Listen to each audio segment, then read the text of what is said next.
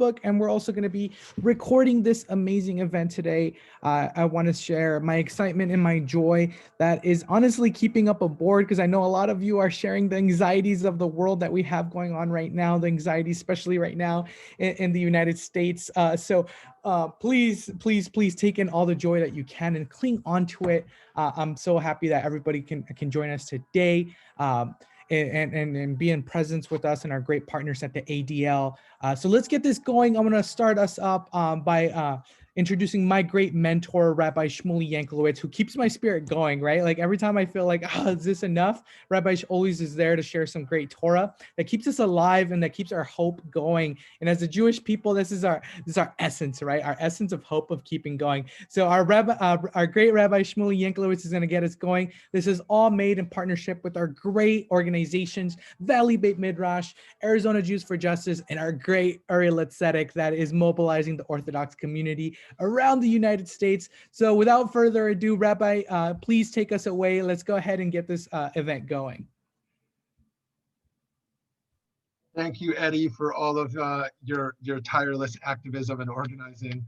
And thank you all for joining us for this important and timely topic to think about as the culture of hate continues to rise and we try to understand the changing pieces and all the dynamics. And we always look to ADL in America and in the Jewish community to help us understand and navigate these types of issues. So thank you, Aryeh Tuchman, who is obviously very busy at a time like this, to squeeze us in here into his very busy schedule. Aryeh Tuchman is the Associate Director of the ADL's Center on Extremism, where he monitors and responds to anti-Semitism and extremism across the country. He's a specialist on Holocaust denial, anti-Semitic conspiracy theories, anti-Zionism, and attacks on the history and theology of Judaism for very, very different areas. He has rabbinical ordination and an MA in medieval Jewish history from Yeshiva University, and is really at the forefront of addressing this nationally. And so, friends, we're going to hear from Aryeh for about 45 minutes, and then we'll have the chance for some questions for him to respond to. And of course, you can also write in the chat over there to start conversation or to start the question process. And anyone who is able to keep on video, wonderful. We understand everyone can't do that. It's always helpful to see more faces if that's easy for you, and if it's easier for you to not have the video on, then we totally welcome that as well. So thank you with that, and thank you. I'll hand it over to you, Aryeh Tuchman. Thank you so much. It's a pleasure to be here. Unfortunately, to discuss a difficult topic, but it's a pleasure to be with friends. I'm going to go ahead and share my screen so we can get started here. All right. So again, thank you for having me. And I'll just start with some personal reflections. You know, as shortly after Purim, which seems like 20 years ago, as I hunkered down with the rest of the country as the coronavirus began to sweep across us, I remember in those first couple of months feeling very scared and off kilter, but I also remember feeling the warmth of friends and neighbors and even strangers who reached out and stepped up to help in this time of crisis. I remember, and I'm sure you all remember, when we reached out to each other, to friends who maybe we hadn't seen or spoken with for a while, family members checking in, you know, asking if everyone was okay, if they were hanging in there.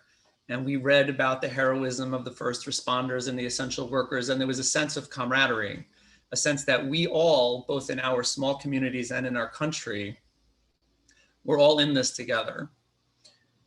And unfortunately, we also saw the flip side of that. At ADL, we saw the bigotry and the recriminations and the anti-Asian conspiracy theories and the scapegoating and the attacks that some of our Asian American neighbors suffered. And we saw the anti-Semitic conspiracy theories that percolated up through the internet and claims that the coronavirus had been created in a lab in Tel Aviv, or that it was a Jewish or a Zionist plot to decimate their enemies. Remember when it first started, it was Iran was one of the first countries that had a widespread outbreak.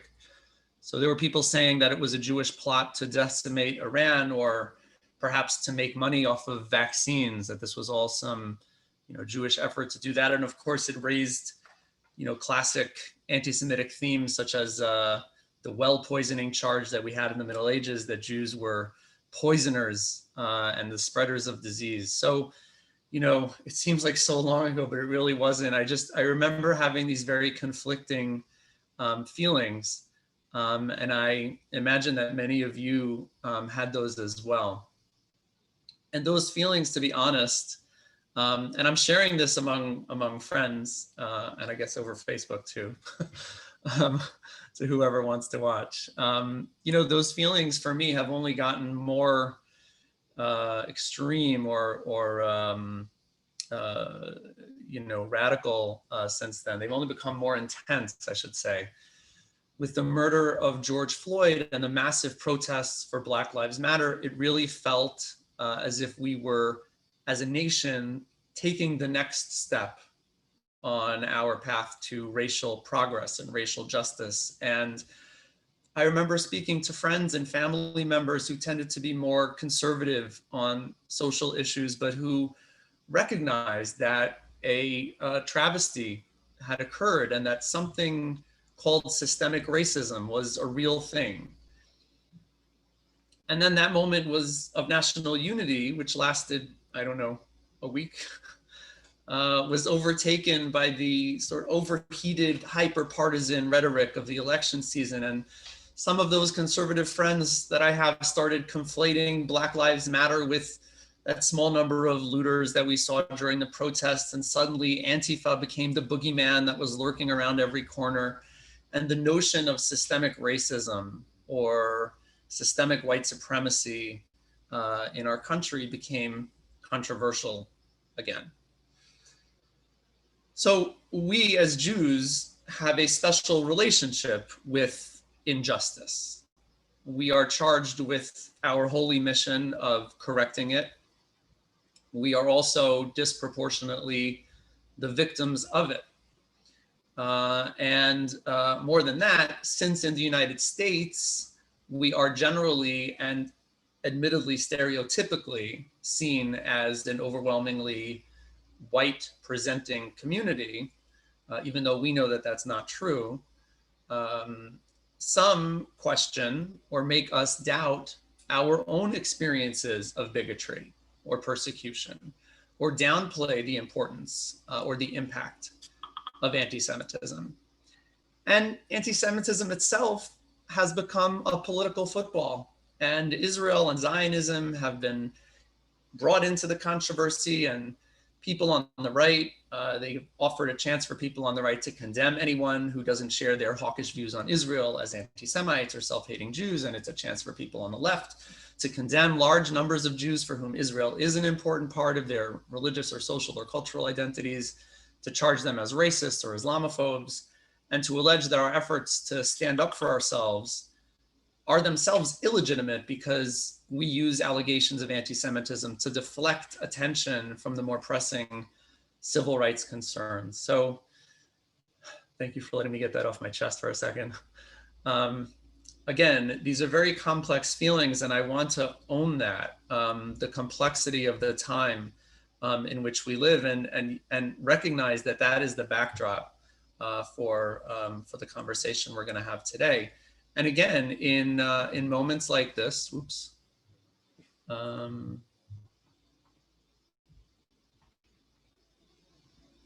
in moments like this, I am heartened by the arrival of Uri Litzedek and the chance to participate in this program, to have the gathering together of so many like-minded people, the great work that they're doing. And I'm proud to be speaking to you as a member of an organization like the ADL.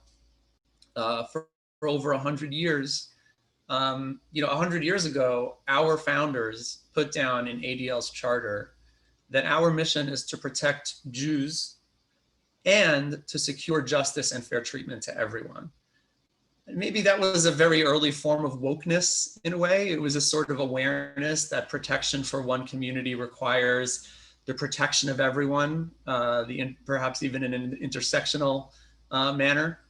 But certainly in the Center on Extremism, where I work at ADL, we concern ourselves not only with anti-Semitism, but with extremism of all types, from white supremacism to Islamist extremism to militia groups to border vigilantes to people like Louis Farrakhan and the Islamophobes and anti-immigrant extremists and bigots. And our team of researchers delves into the dark corners of the internet to track the bad guys, to catalog their bigotry and hatred, and to disrupt plots. And so today, from that vantage point, I want to share with you what I see about the landscape of white supremacy in the United States. And when I say white supremacy, I'm not talking about the systemic white supremacy that permeates our society and that we are, especially in the aftermath of George Floyd, excruciatingly aware of.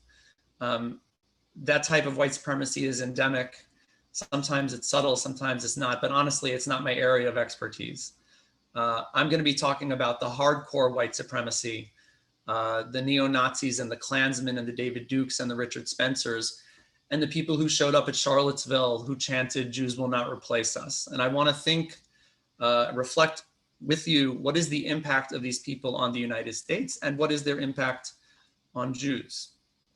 And so just as we begin, one final point, I want to apologize to you because some of the content and things that we're going to talk about in this presentation are going to be a little bit shocking or offensive, and I hope you'll stay with me. So let's start with some numbers to contextualize what we're talking about. We're talking about hardcore white supremacy in the United States. So how do we gauge the prevalence of white supremacy in a country? So if you think about it, there are different ways to do that. You can do a survey. Well, ask people, are you a white supremacist or not? How do you think that will go? People would not want to admit generally to being white supremacists, number one. So that survey might not be quite revealing, but also on the flip side, the distinction between systemic white supremacy and hardcore white supremacy may itself make it more difficult to understand the scope of white supremacy. A person who wants to be an ally in the fight against racial injustice may, if they are asked, do you have white supremacist beliefs? Obviously, it would be asked in a more subtle way than that. They may say, yes, I am a white supremacist, even though we're not trying to understand how many allies there are in the anti-white supremacist movement, but we're trying to understand white supremacists themselves. And so doing surveys is a difficult task. Then there is the possibility, how else might we try to figure out the scope of white supremacy in the country? Well, there is big data analysis. We could pull in large numbers of tweets and we could crawl social media and try to figure out some way of assessing this massive corpus of information in order to gauge in some way the degree to which white supremacist ideology is present. But that's difficult as well because white supremacist ideology and the terms that they use and the way they speak can be very difficult to pin down. And even when a certain term clearly does pertain to white supremacy, such as 1488, that's a very common white supremacist code word, buzzword, it's still very difficult to know whether the term, if it appears on a piece of social media, is being used as an actual expression of white supremacy by someone who was saying 1488, which is a reference to a white supremacist doctrine, and 88 stands for Hail Hitler, H is the 8th letter of the alphabet, or whether the term is being used in an ironic way or in a way of condemning white supremacists. So there are efforts underway to try to account for all of this, and ADL is participating in that and come up with a machine learning way of identifying actual white supremacist content on social media and using big data, but we're not there yet. So what do we have left to understand the scope of white supremacy? We have qualitative impressions from researchers about the state of the field, which the good folks in the Center on Extremism at ADL are first-rate experts on. We also have reports of actual incidents on the ground of white supremacist activity. Let's take a look at that just to get us started. So on the slide in front of you, you have data on white supremacist propaganda efforts in 2017 through the present. In that time, ADL, especially our team in the Center on Extremism, as well as our regional offices, which are all around the country, have collected information on white supremacist efforts to disseminate their propaganda, which would include handing out flyers or posters or stickers or leaflets or dropping banners in various places. And what we've seen is that the number of these instances has continued to increase, and increase rather dramatically, from 428 in 2017 through almost over 2,700 in 2019. And this year in 2020, we're not even finished with the year, and we're already at over 3,600 instances of white supremacist propaganda being disseminated. What do these pieces of white supremacist propaganda look like? So you can see them on the screen here, some examples. You have examples of Holocaust denial, blaming Jews for various societal ills, claiming that Jews control the media, claiming that Jews are anti-white, references to anti-Zionist conspiracy theories. And then you also see references to non-anti-Semitic or not overtly anti-Semitic white supremacist flyers, right? It's okay to be white. It's all right to be white. America is not for sale. Better dead than red. These are not things, or maybe even deport all the illegal aliens, close the borders, and stop immigration. That's not an overtly anti-Semitic message.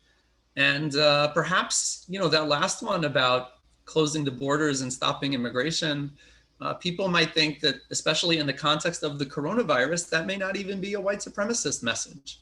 And yet these are the messages that white supremacist groups, such as the Daily Stormer book clubs and Patriot Front and the American Identity Movement, have all been disseminating during this time. And as I mentioned, those numbers have continued to skyrocket. Another way of looking at trying to gauge white supremacist activity is looking at events that white supremacists are convening or participating in. And that is another one of the missions or elements that we have in the Center on Extremism at ADL. We are watching very closely what are white supremacists actually doing on the ground. When they speak to one another, they talk about gathering meetings, and we hear that, we watch that, and then we figure out whether they actually happened, and we keep tabs on them. And so when it comes to the slide that you have in front of you now, we're talking about public or private events in the US, which are organized or attended by white supremacists, which could include rallies or protests, or it could be a counter protest to to a regular, to a non-racist or an anti-racist rally. It could be a white power music event. White supremacists have been known to do flash mob demonstrations and various things like that. So if you look at the statistics we have now, it's a slightly different picture from what we saw with white supremacist propaganda efforts, where, from 2017 and 2019 are roughly equal, with a little over 75 of those incidents each year. 2018 had an increase. 2020 to date seems to be quite a bit lower. And it's easy to speculate that that might be because of the coronavirus and the fact that many people are staying home. Although I should say at the same time, even if they have stayed home and not convened meetings, they have felt themselves empowered enough to go out and actually post flyers, as we saw in the previous slide. So this is giving you a little bit of a sense for white supremacist activity on the ground in the United States. Of course, there are serious cases of violence that white supremacists are complicit in. And here you have some more statistics on white supremacist related violence. We tabulate the number of extremist related killings every year. And we have found in 2018 that 78% of extremist related murders were perpetrated by white supremacists. In 2019, it was 81% of all extremist related murders came from white supremacists. And not all of the murders that white supremacists commit are related to their ideology. They may be in service of a group that they belong to. But both ideological and non-ideological murders are indicative of the violence that white supremacists tend to engage in.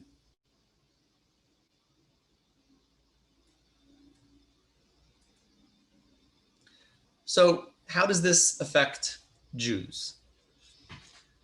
Well, the good news is that white supremacy is not the predominant source of major cause of targeting Jews for anti-Semitic incidents. In 2018 and 2019, white supremacist incidents made up around 14% of the anti-Semitic incidents that we tracked across the country. Every year, ADL does a report called the Audit of Anti-Semitic Incidents, in which we tabulate all of the reports of anti-Semitic incidents, whether it's harassment or vandalism or assault that have taken place across the country. And to the extent that it is possible, and it's frequently not possible to do this, we track the perpetrators of these incidents. And we found that in the past couple of years, white supremacist activity has made up 14% of anti-Semitic incidents in the country, mostly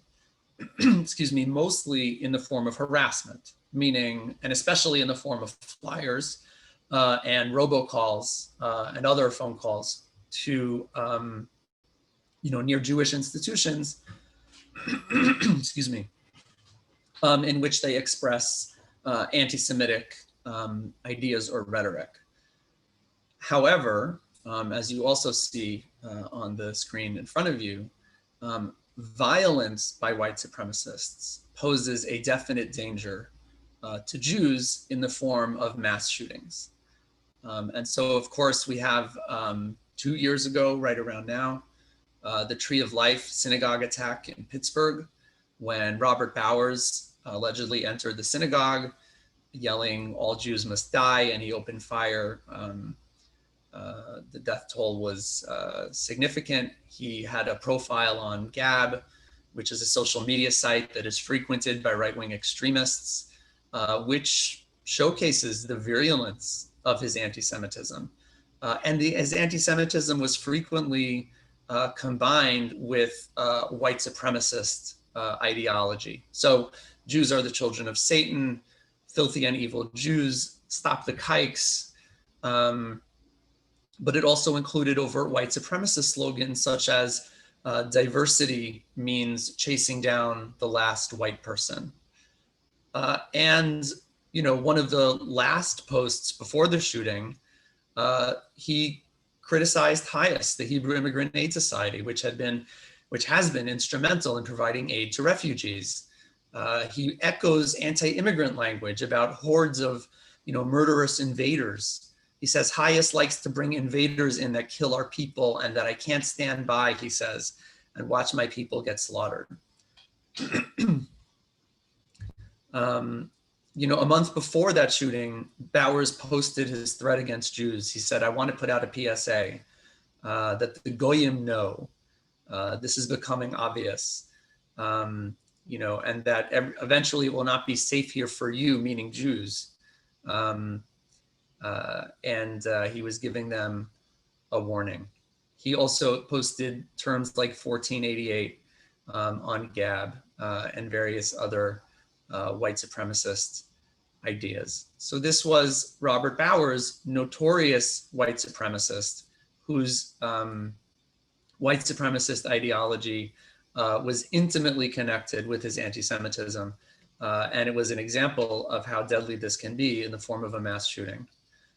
And then we had the Poway synagogue shooting, which was in 2019, when John Earnest allegedly opened fire at the Chabad in Poway, California, killing a 60-year-old woman, injuring the rabbi and several other people. He also was a dedicated white supremacist, apparently. He had a manifesto that he appears to have written that was uploaded to the internet and posted on a place called 8chan, which is one of those dark corners of the internet that we look at all the time. And he applauded Brenton Tarrant, who was an Australian white supremacist who attacked mosques in New Zealand.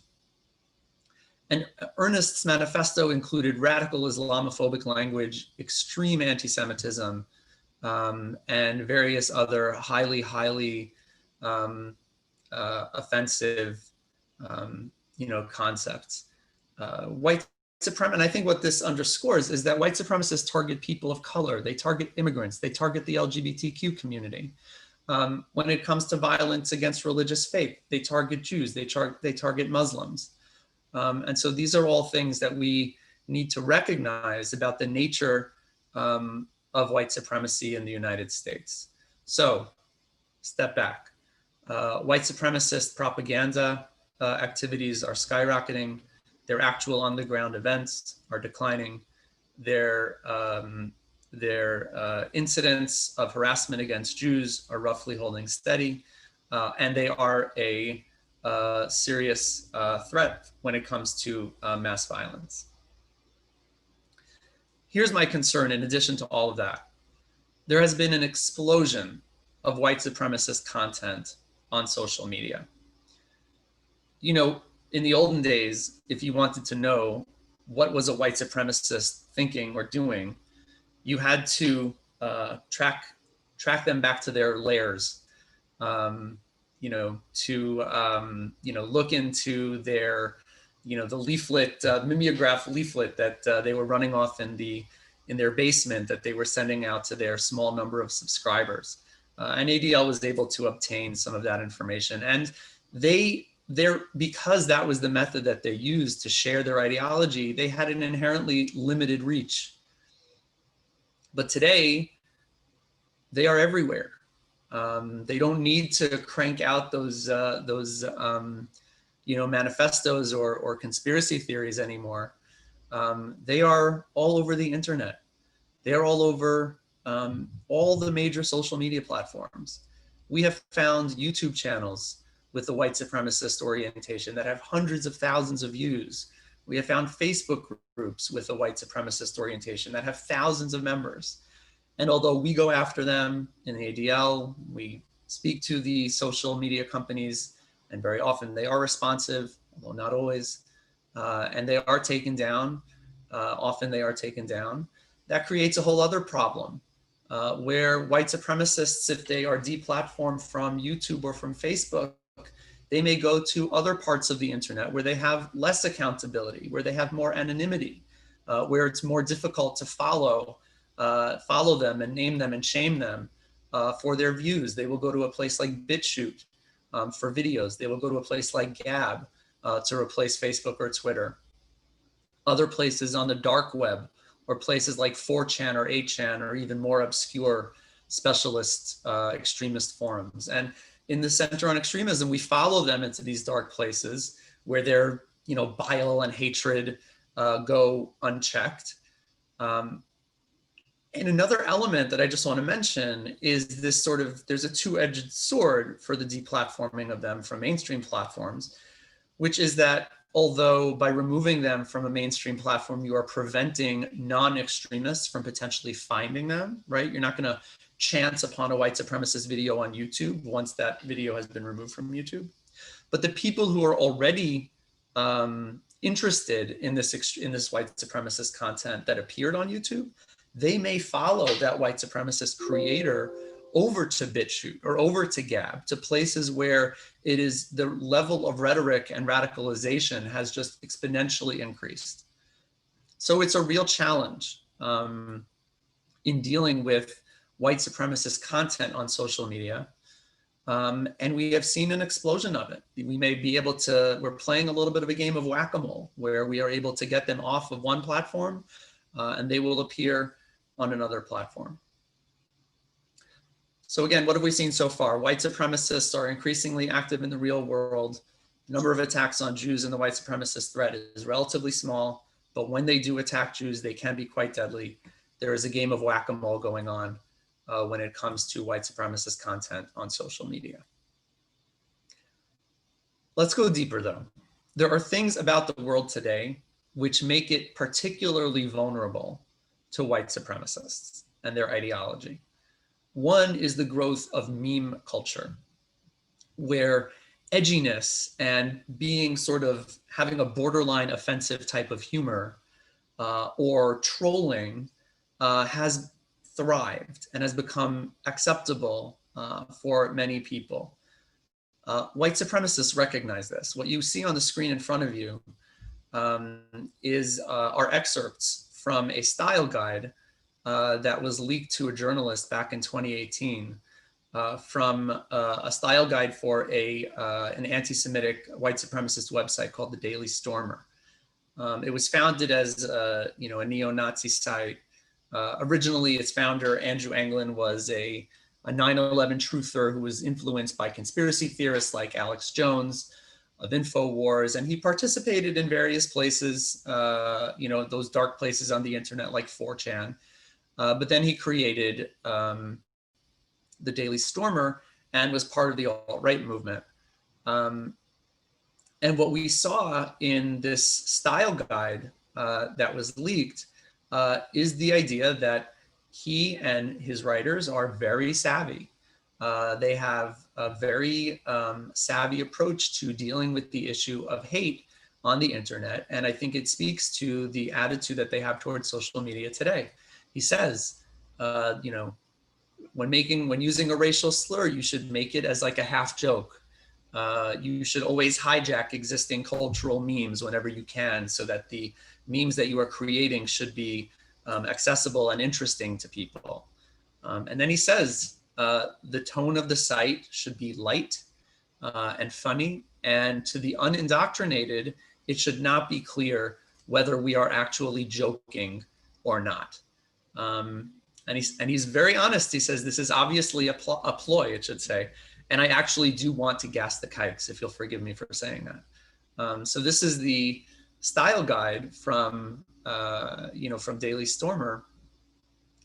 There are, and this is the attitude I think that a lot of white supremacists have towards trying to affect or perhaps infect mainstream culture by taking an approach which they know will be more acceptable. They are aware that overt neo-Nazism, for example, with swastikas on your armband, and raw expressions of hatred for Jews or other minorities, that may not slide so well. That may not go over so well. When a person encounters that, they may be shocked. They may have this instinctive revulsion for that type of overt white supremacy. But they recognize that we are in a world where white supremacy can be packaged in a form that may make it more acceptable if you can couch it in the form of a joke or an ironic phrase. What we see there are forums on places on the internet now where white supremacists talk about how to quote unquote red pill someone, which is their term for trying to plant the seed of doubt in a person's mind and switch them over from a non-affiliated, non-ideological person to being a white supremacist or have a more of extremist orientation. And now I want to give you some examples of cases where white supremacists consciously work to try to foment racial strife. This is one of the most painful elements of dealing with white supremacy to me, which is seeing the way that they very cleverly are able to, sometimes successfully and sometimes not, but they try this very often, they tried to create messaging, which in addition to their first type of messaging, which is to try to be funny and edgy and get people to follow them, a second type of messaging is to try to foment strife and hatred between various racial, ethnic, or religious groups in the country. I'm going to give you two examples of that right now. One where they're trying to foment strife between Blacks and Jews, and the other between basically whites and Jews, or white conservatives and Jews. What you see in front of you right now is a propaganda campaign. It didn't quite get off the ground, but it is something that we found on one of those dark places on the internet, where anti-Semites, and specifically white supremacists, we believe, were trying to create images for the purpose of being shared by non-white supremacists, hopefully, to try to drive a wedge between the Jewish American community and non-Jewish African Americans in this country. How did they do that? They tried to present, to strike a tone of conflict between the two groups in terms of their degree of victimhood. And so they created these pretend fake images that in these particular examples, they claimed purported to come from the Anti-Defamation League, but there were others that purported to come from other Jewish organizations, in which the Jewish message allegedly was that the African-American experience of slavery cannot compare to the Jewish experience of the Holocaust. In doing this, they attempted to try to set up a competition between Jews and Blacks, or to create a sense of grievance from one group to the other. And you'll notice they added a hashtag, no comparison, and they implored people to help spread the awareness on mainstream social media in order to foment this division between Jews and African Americans. And luckily, it didn't really take off. We saw a few examples of that in the wild, but not much. And then we saw as well, just recently, an attempt to sow dissension between Jews and conservative white Americans, or people who are not well disposed towards Black Lives Matter. There was a group called the New Jersey European Heritage Association, which they dropped this banner that you can see on the lower left-hand corner of the screen, which said 600 Jewish groups support Black Lives Matter. And this is a reference to I believe it was a New York Times ad that was taken out by many Jewish organizations to express their support for Black Lives Matter. And so these white supremacists were trying to foment division and create and foment anti-Semitism by trying to claim that Jewish organizations are aligned with Black Lives Matter, with the Black Lives Matter movement, because they hoped that white people would find that offensive and would make them angry at Jews. And then just a couple of days ago, we found on another one of these obscure messaging boards an attempt by a white supremacist group to try to come up with the information, the addresses, the names of the organizations that had signed on to this thread. But we don't see that there has been a lot of traction from that. We're watching that very closely. Ultimately, this is about the infusion. What I'm ultimately concerned about is the infusion of white supremacist concepts into popular culture, though. We've seen this idea, what I've talked about so far is the idea that they're trying to foment division between various racial and ethnic and religious groups. I am concerned also about the infusion of white supremacist concepts into culture more broadly. I'm concerned about their effort to sort of move the Overton window in a direction where white supremacist ideas are acceptable again. I think that in the post-war world, following World War II, one of the great triumphs of American society, as incomplete as it was was to create a sort of shared cultural space where overt anti-Semitism and overt neo-Nazism, overt white supremacy was not really considered acceptable. But now there are these efforts to peddle soft core white supremacist ideas back into mainstream culture and to sort of carve out a place in the public sphere where discussion of white supremacist ideas and concepts is acceptable again. I mean, remember those flyers that we looked at? Not all of them were overtly white supremacist even, and yet they advanced the white supremacist agenda. We are seeing that the rhetoric and ideas of white supremacy have been expressed by ostensibly mainstream people and institutions. You know, at the core of white supremacy is the belief that white people face what they call a rising tide of color, that white people are under geographic or demographic assault by non-white people who don't share their culture or their values, and where, you know, the word American is code for someone of only an American of white European descent, where there are fears of, you know, population replacement. And all of these things are easy to find in various media outlets in the conservative world, obviously not all of them. And I'm not saying that Tucker Carlson or others actually saw a Patriot Front flyer and suddenly thought that racism was okay. Certainly the roots of racism in America go back a long time, well before social media, well before the internet, well before, you know, Patriot Front and those flyers. But there is a degree of savvy that white supremacists have about understanding cultural flashpoints that really makes me quite nervous. I'm going to skip talking about QAnon because we're getting towards the end of our time, but I just want to end by saying, you know, where does that leave us? This was a little bit of a downer presentation, I think. I'm sorry for that. You know, but to me, I go back to what I said at the beginning. We're living in a tumultuous time, which is full of dangers, and it feels like our institutions are under attack.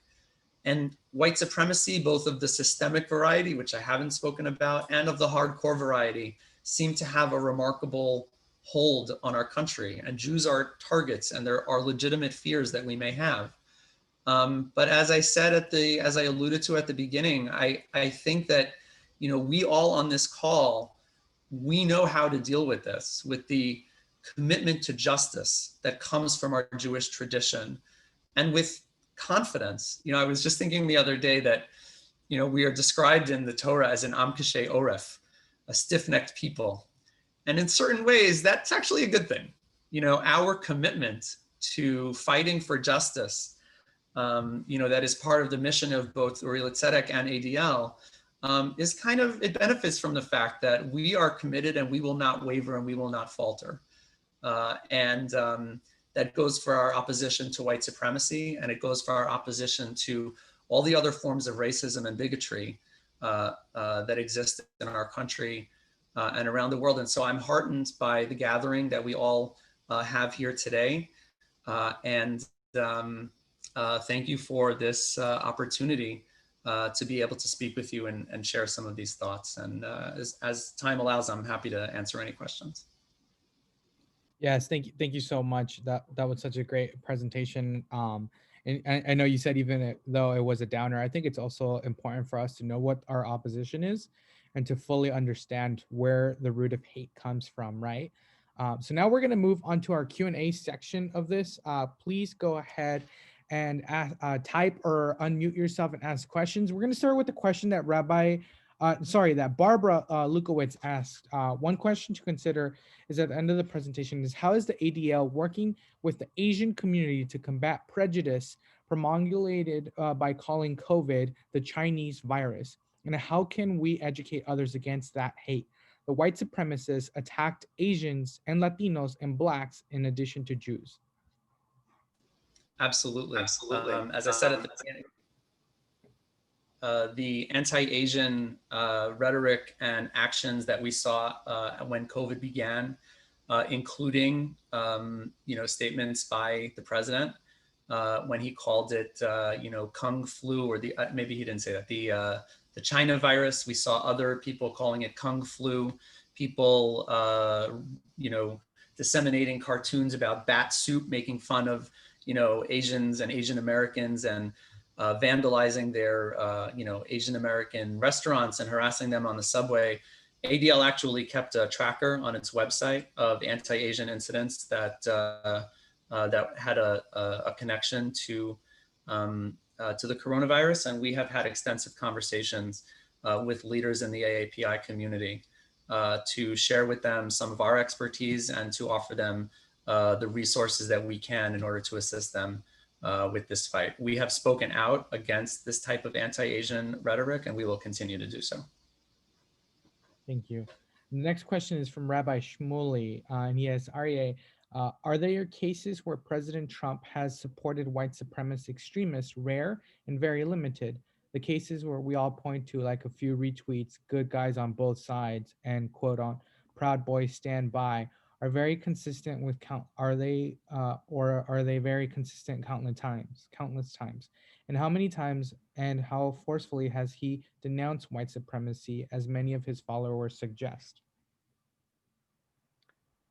It's difficult for me to answer that question for a couple of reasons. One of which is just it's impossible to keep up with the president's tweeting and his numerous statements. I think that the president has not done enough to clearly and forcefully condemn white supremacy, and even in those moments when he has given lip service to it, but to fighting it, but in moments when it really mattered, he wasn't there. And so, I don't want to get into, parsing out different tweets. I think that might be a little bit, a higher pay grade than me at ADL. I would leave it to, our executive director to, to make some of those more pronouncements. But I would say I do think that it is absolutely fair that this is an area where our public leaders, including the president, have been lacking. Thank you so much. And I have a question for you. With Aryeh Tuchman and Arizona Jews for Justice working on the battlefield of the progressive Orthodox social justice movement, we often are very clear onto seeing the extremist white supremacy. But what we have also seen is the dynamic and shift where we see that white supremacists have also forced folks into viewing Jews as the establishment power, forcing folks to view Jews as the gatekeepers to power. How do we combat that now that we're getting attacks from the progressive side saying, okay, well, we're seeing that the Jews are on top, the Jews have power, we're going to dismantle those on top with power, and blaming the Jews as if the Jews speak collectively for those in power? How would you combat that? How do you even approach that within progressive settings?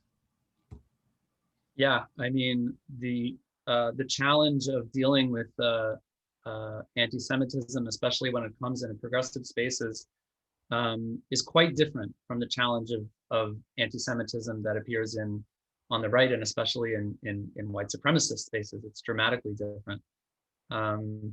I think that one of the distinctions that one might be able to make is that there is a certain idealism in many cases, in many places on the left, in many areas of progressive movements, which makes them open to thoughtful conversations, where in many cases the type of rhetoric that you were talking about in the in the question, of course there are some people like Louis Farrakhan who are just dyed-in-the-wool anti-Semites, and they will enlist anti-Semitism in support of whatever social justice or empowerment effort they want. But there are many other people on the progressive left who may not understand the nature of anti-Semitism and the suffering that Jewish people are subjected to, or understand the fact that Jews are not a monolithic group, There are Jews who are white, and there are Jews of color as well. And there are Jews who are wealthy, and there are Jews who are destitute. So the idea, one of the things that I think it's really important is to be willing to talk to them, and make them understand that by their own values of not stereotyping people, and their own value of allowing the person, allowing the subject of discrimination and hatred to define the fact that they are, or the nature of their being the subject of discrimination and bias.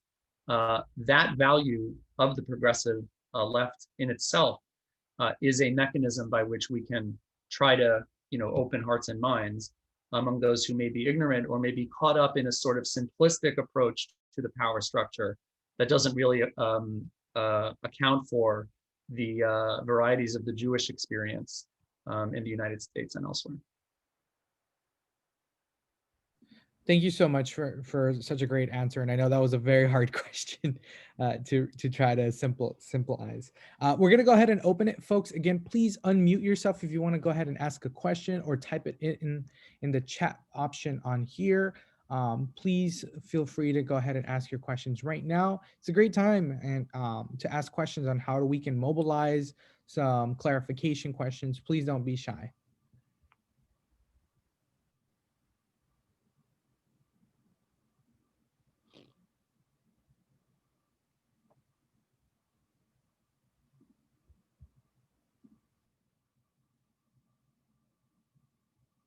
Again, if you want to ask a question, just go ahead and unmute yourself and feel free to ask.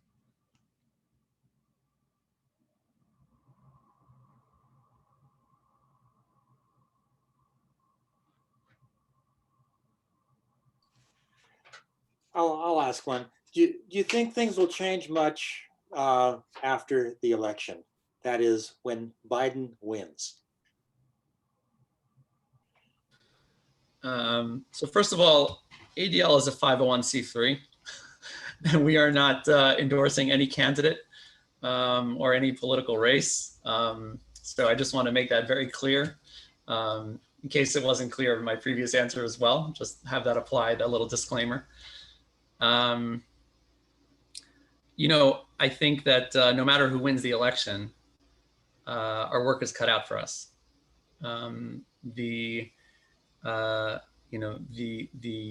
The trend in white supremacy in this country is certainly not going down. And the savvy of white supremacists and racists is only going up, it seems like. And so, our work is to be aware of the tactics and the methods that they use, of the ways that they exploit the divisions that exist between people of various, ethnicities and religions and backgrounds, to hold our social media companies to account when they may say that they have a certain set of terms of service, but are you really enforcing it? Why don't you be transparent? Why don't you tell us how many pieces of content have you actually taken down? And will you make that content available to researchers and watchdogs so that we can actually look at what you're doing? And will you reveal your inner policy book so that we can see how you're training your content moderators? Let's see this for real. We can hold those social media companies to account. Just last month, ADL was one of the leaders of a campaign to stop hate for profit, in which we were part of a broad coalition to encourage advertisers to hit pause on their advertising on Facebook. And we enlisted many companies, to do that. And I can't say that it's a one-for-one, that it's a direct result, but I am heartened by the fact that this month, Facebook finally clarified that Holocaust denial is a violation of its terms of service.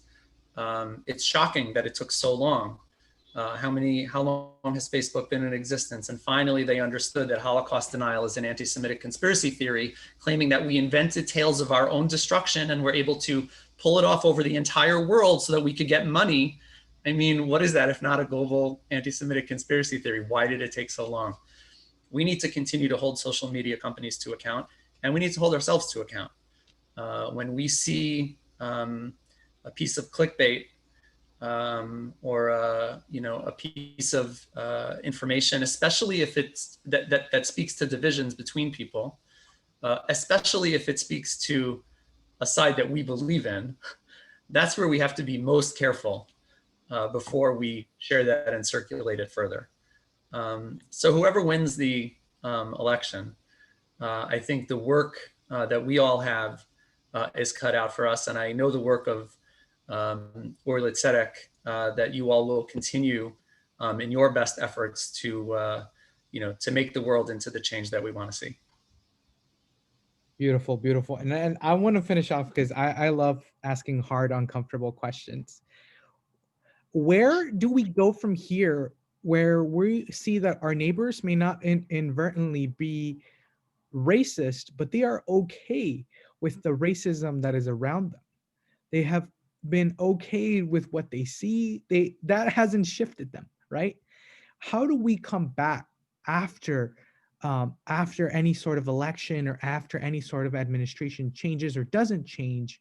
How do we have communication with each other when we see that our own neighbors may be okay with racism, with anti-Semitic tropes, with xenophobic, homophobic rhetoric? How do we come together? How do we have conversations? Yeah, thanks for that softball question in the last 4 minutes of the presentation. Look, I mean, I think we all know people who have attitudes that, we wish were otherwise, who have beliefs that we disagree with, and who hold factually incorrect understandings of certain things. It depends on who we're talking to. I mean, the approach that you may take to, an avowed white supremacist is going to be different from the approach that you take to, your neighbor and to a family member, right? So we need to take a look at, you need to, they say, Chanoch lanar al pi darko, right? So to the extent that we are able to educate the people who are around us, you need to understand the method. Everyone may have a different, method that they may need in order to be approached in a constructive way. There's been so much written about, how to convince someone or how not to convince someone to, move beyond a conspiracy theory, for example. And I'm certainly not the expert in those sorts of techniques. The one thing that I would say when you're dealing, two things I would say when you're dealing with someone who you believe you can actually have a conversation with, who's not someone who is being oppositional just for the sake of being oppositional. I feel that it's important to approach them with understanding and compassion, and to understand that in many cases, racism, anti-Semitism is the result of ignorance or the result of mistaken understandings, which can be corrected if you approach them in a spirit of openness and tolerance, and of not being judgmental. And then the last thing I would just say, and I say this to myself, frequently, is that if we really want others to, overcome the hatred and bigotry that they may feel, we have to be willing to recognize that we ourselves are not perfect in this respect. And some people ask me, like, how can I convince, why aren't you, everybody likes to blame people on the other side of the political spectrum for anti-Semitism. Oh, you're on the left, you're not being strong on anti-Semitism. You're on the right, you're making excuses for anti-Semitism. And sometimes I think to myself, well, whatever side of the ideological or political fence I am on, I cannot expect someone on the other side to condemn anti-Semitism or racism on their side if I'm not willing to condemn anti-Semitism or racism on my side. So let's be honest with our own biases, and let's be honest about the biases and the stereotypes and the hatreds and the mistakes that people may make on our own side of the ideological spectrum. If we're not willing to do that first, we're probably just going to be, stuck in a cycle of recriminations and denial and evasions. So I just hope that that's a message that certainly I hope that I can keep that in mind, and I think everyone should consider trying to keep that in mind. Thank you so much. Thank you everybody for this amazing call. We appreciate those who were able to jump on the call. It is great to acknowledge the hate and be able to pinpoint it so that we know how to modify our advocacy. While the hate may be rising, we have to be very clear that our resistance is just as strong, that our resistance and our advocacy is as strong, if not even more powerful than anything that gets thrown at us. I want to give a huge appreciation and a huge shout out to our great friends at the ADL. Arya, thank you so much for this great presentation that you gave us today. And I know I threw some hard questions at the end to try to solve it in a matter of minutes. So thank you so much. A reminder, everybody, for our upcoming events, we're going to have a talk on sensible ethics with Dr. Amish coming up on November 9th. Make sure to sign up for that as well as our upcoming anti-racism talks. All of that can be found on our website, aryeh.org. Feel free to tune in. Thank you so much, everybody. If I don't see you by Friday, Shabbat Shalom. Take care.